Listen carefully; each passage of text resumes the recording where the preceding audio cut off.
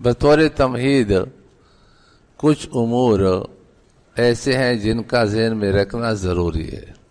یہ مستقبل میں جو بھی مسئلہ آئے گا ان امور کی وجہ سے آپ کو ان تمہیدی امور کا فائدہ ہوگا. دوستو، اسلام کے اندر ایک تقلید شخصی ہے اور ایک شخص پرستی ہے. دونوں اصطلاحی طور پر الگ الگ چیزیں ہیں. لغوی معنی تو ہم قریب کر لیں گے، لیکن تقلید شخصی بالکل الگ چیز ہے. اصطلاح میں شخص پرستی بالکل الگ ہے. تقلید شخصی کا معنی یہ ہے کہ حضرات مجتہدین رحمہم اللہ تعالی میں سے کسی خاص مجتہد کی رہنمائی میں دین پر چلنا. شخص پرستی ہے کہ کسی غیر مجتہد کی رائے پر آنکھیں بند کر کے چلنا. پھر بدیہیات میں علماء اور عوام دونوں کے لیے اور نظریات میں علماء کے لیے چلنا، یہ شخص پرستی ہے. تقلید شخصی کا حکم کیا ہے؟ شخص پرستی کا حکم کیا ہے؟ تقلید شخصی محمود ہے اور اس کا حکم یہ ہے کہ یہ واجب ہے. ہوا پرستی کا علاج ہے. ہوا پرستی کی بیماری سے تقلید شخصی کے سبب انسان محفوظ رہ جاتا ہے. اور شخص پرستی کا حکم کیا ہے؟ شخص پرستی حرام ہے، مذموم ہے اور ہوا پرستی کا بہت بڑا ذریعہ ہے.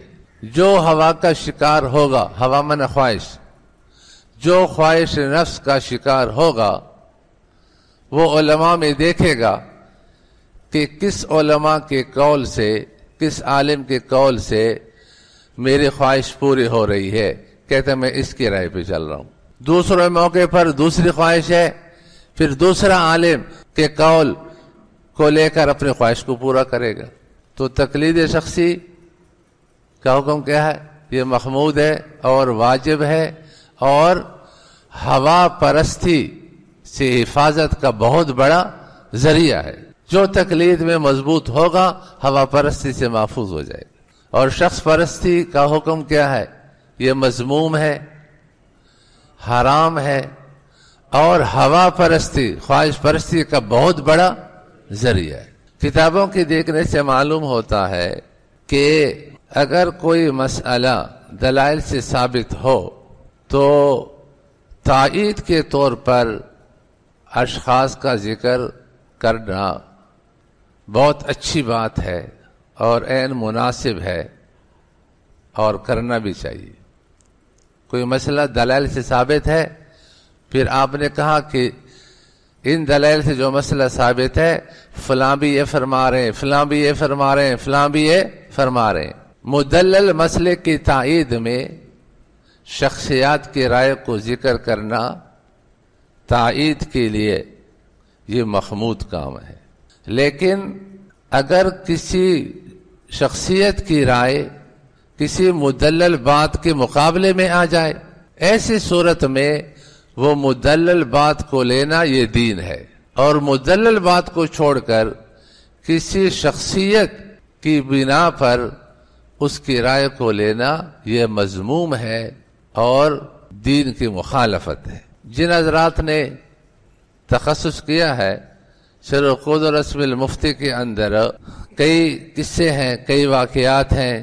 علامہ شامی رحمہ اللہ فرماتے ہیں کہ ایک مرتبہ وقف کے مسئلے سے متعلق میں نے فتویٰ دیا اور میں نے جو فتویٰ دیا وہ عام مذہب کی کتابوں کے موافق تھا، لیکن اس مسئلہ میں عمدۃ المتاخرین علامہ حسکفی رحمہ اللہ تعالی سے تعبیر میں خطا ہو چکی ہے. بڑا آدمی ہو، معصوم تو نہیں ہے.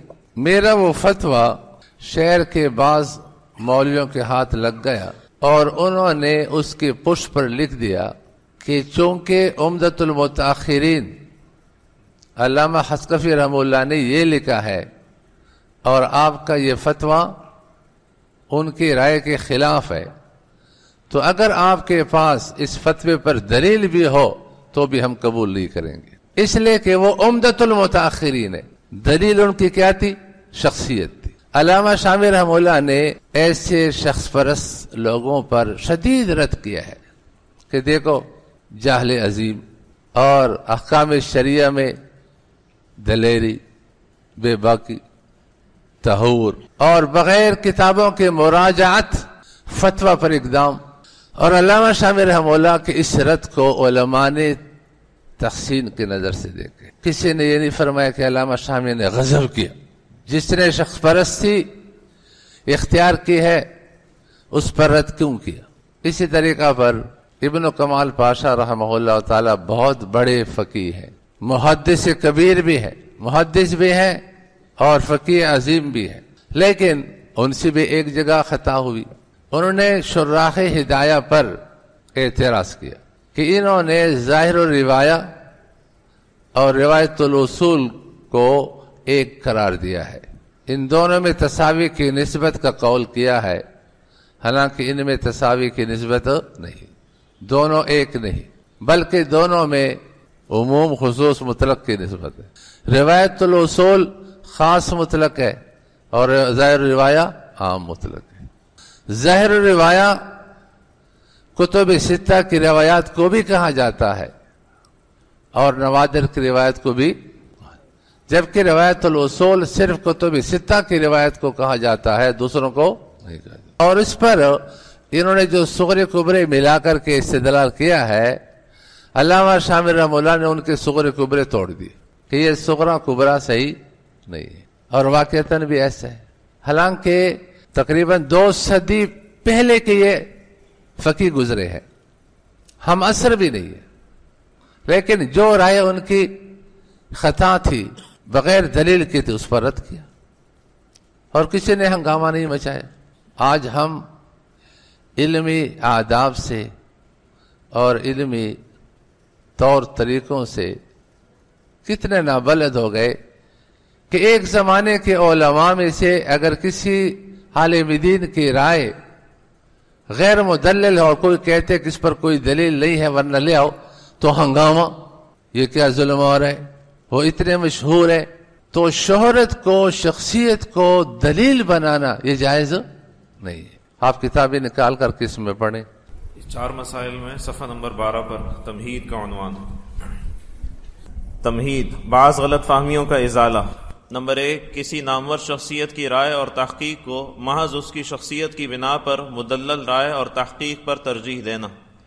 آج کل عام ذہن یہ ہے کہ اگر کسی نامور اور مشہور شخصیت کی ایسی رائے اور تحقیق جو بلا دلیل ہو یا مرجوح اور شاذ اقوال کی مرہون منت ہو کے خلاف کوئی تحریراً یا تقریراً ایسی رائے اور تحقیق پیش کرے جو مدلل ہو اور اقوال راجحہ پر مبنی ہو، تو نہ تو اس مدلل رائے اور تحقیق کو سنا جائے اور نہ ہی اس کو قبول کیا جائے، حالانکہ یہ ذہنیت خلاف اصول ہونے کی وجہ سے باطل ہے۔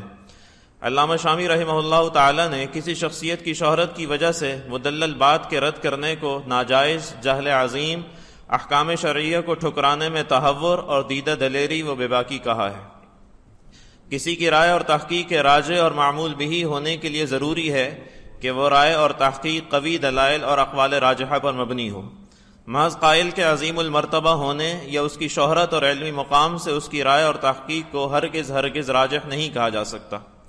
مخلوق کو اللہ تعالیٰ کے ارشاد، امتی کو رسول اللہ صلی اللہ علیہ وسلم کے فرمان اور مقلد کو مجتہد کے اجتہاد میں چوں و چرا کا نہ حق حاصل ہے اور نہ ہی جائز۔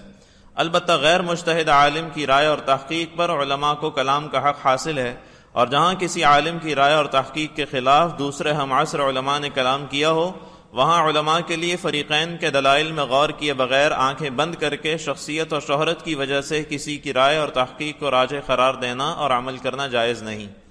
ایسی صورت میں علماء عصر پر لازم ہے کہ دلائل میں خالی الذہن ہو کر سنجیدگی اور انصاف سے غور کریں، اور جو رائے اور تحقیق دلائل اور اقوال راجحہ پر مبنی ہو اسے قبول کریں، اگرچہ وہ مدلل رائے اور تحقیق کسی غیر معروف اور چھوٹے درجے کے عالم کی طرف منسوب کیوں نہ ہو۔ علامہ شامی رحمہ اللہ تعالی نے تو ان جبال العلم والفقہ جو آپ کے ہم عصر بھی نہ تھے بلکہ صدیوں پہلے گزرے تھے کہ وہ رائے اور تحقیق جو دلیل پر مبنی نہ تھی پر بھی کلام کر کے اس کو رد کیا ہے، اور حضرات علماء کرام اور محققین رحمہم اللہ تعالی نے آپ کے اس کلام اور رد کو بنظر استحسان دیکھ کر قبول کیا ہے۔ کسی ایک معتبر عالم کا حوالہ پیش نہیں کیا جا سکتا کہ انہوں نے علامہ شامی رحمہ اللہ تعالی کے اس صنیع اور طرز عمل پر اعتراض کر کے کہا ہو کہ ان متقدمین کی شہرت اور مرتبے کی وجہ سے ہم علامہ شامی رحمہ اللہ تعالی کی مدلل تحقیق کو رد کرتے ہیں، جبکہ آج یہ کتنا بڑا المیہ ہے کہ ہم عصر شہرت یافتہ عالم دین کی اس رائے اور تحقیق جو بلا دلیل ہو یا کمزور دلائل اور اقوال مرجوحہ پر مبنی ہو کے خلاف بھی کسی عالم دین کو مدلل رائے اور تحقیق پیش کرنے کا حق نہ مانا جاتا ہے نہ اسے سنا جاتا ہے۔ علماء کرام سے گزارش ہے کہ اس سوچ اور باطل نظریے سے توبہ کر کے فریقین کے دلائل میں انصاف سے غور کر کے مدلل تحقیق کو قبول کیجیے اور ذیل میں علامہ شامی رحمہ اللہ تعالی کی شرح عقود رسم المفتی میں بیان کردہ باتوں کو بار بار پڑھیے، انشاءاللہ تعالی ذہن کی خوب صفائی ہو جائے گی، شاید کہ اتر جائے تیرے دل میں میری بات۔ نمبر 1، علامہ شامی رحمہ اللہ تعالی فرماتے ہیں، ایک مرتبہ وقف سے متعلق میں نے ایک فتویٰ دیا جو مذہب کی عام کتابوں کے موافق تھا۔ اس مسئلے میں عمدۃ المتاخرین علامہ علاء الدین حسکفی رحمہ اللہ تعالی صاحب الدر المختار پر معاملہ مشتبہ ہو گیا ہے۔ انہوں نے در مختار میں اس مسئلے کو خلاف ثواب ذکر فرمایا ہے۔ میرا وہ فتویٰ ملک کے بعض مفتیان کے ہاتھ لگ گیا، انہوں نے اس کی پشت پر میرے فتویٰ کے خلاف اور در مختار کے مطابق فتویٰ لکھا، اور بعض نے تو یہ بھی لکھا کہ علائی اور در مختار میں جس طرح مسئلہ ہے وہی معمول بہا ہے، کیونکہ وہ متاخرین میں عمدہ اور معتمد علیہ ہیں۔ نیز یہ بھی لکھا کہ اگر تمہارے پاس اس کے خلاف دلیل بھی ہے تو بھی ہم اس کو قبول نہیں کریں گے۔ علامہ شامی رحمہ اللہ تعالی فرماتے ہیں، دیکھا آپ نے یہ جہل عظیم، احکام شرعیہ کو ٹھکرانے میں تہور اور دیدہ دلیری و بےباکی اور کتابوں کی طرف مراجعت کیے بغیر، علم کے بغیر فتویٰ نویسی پر اقدام۔ کاش ان صاحبوں نے علامہ ابراہیم حلبی رحمہ اللہ تعالی کا در مختار کا حاشیہ ہی دیکھ لیا ہوتا، کیونکہ وہ ان کو بآسانی دستیاب ہو سکتا تھا۔ حلبی رحمہ اللہ تعالی نے اس موقع پر تنبیہ کی ہے کہ علائی رحمہ اللہ تعالی نے جو لکھا ہے وہ مسئلے کی صحیح تعبیر نہیں۔ قال العلامة ابن عابدین رحمہ اللہ تعالی وقد كنت مرة أفتيت بمسألة في الوقف موافقا لما هو المسطور في عامة الكتب وقد اشتبه فيها الأمر على الشيخ علاء الدين الحسكفي رحمه الله تعالى عمدة المتأخرين فذكر في الدر المختار على خلاف الصواب فوقع جواب الذي أفتيت به بيد جماعة من مفتي البلاد كتبوا في ظهره بخلاف ما أفتيت به موافقين لما وقع في الدر المختار وزاد بعض هؤلاء المفتين إن هذا الذي في العلائي هو الذي عليه العمل لأنه عمدة المتأخرين وإنه إن كان عندكم خلافه لا نقبل منكم فانظر إلى هذا الجهل العظيم والتهور في الأحكام الشرعية والإقدام على الفتيا بدون علم وبدون مراجعة وليت هذا القائل راجع حاشية العلامة الشيخ إبراهيم الحلبي رحمه الله تعالى على الدر المختار فإنه أقرب ما يكون إليه فقد نبه فيها على أنه ما وقع للعلائي رحمه الله تعالى خطأ في التعبير۔ شرح عقود رسم المفتی صفحہ 17۔ دیکھیے علامہ علاء الدین حسکفی رحمہ اللہ تعالی کو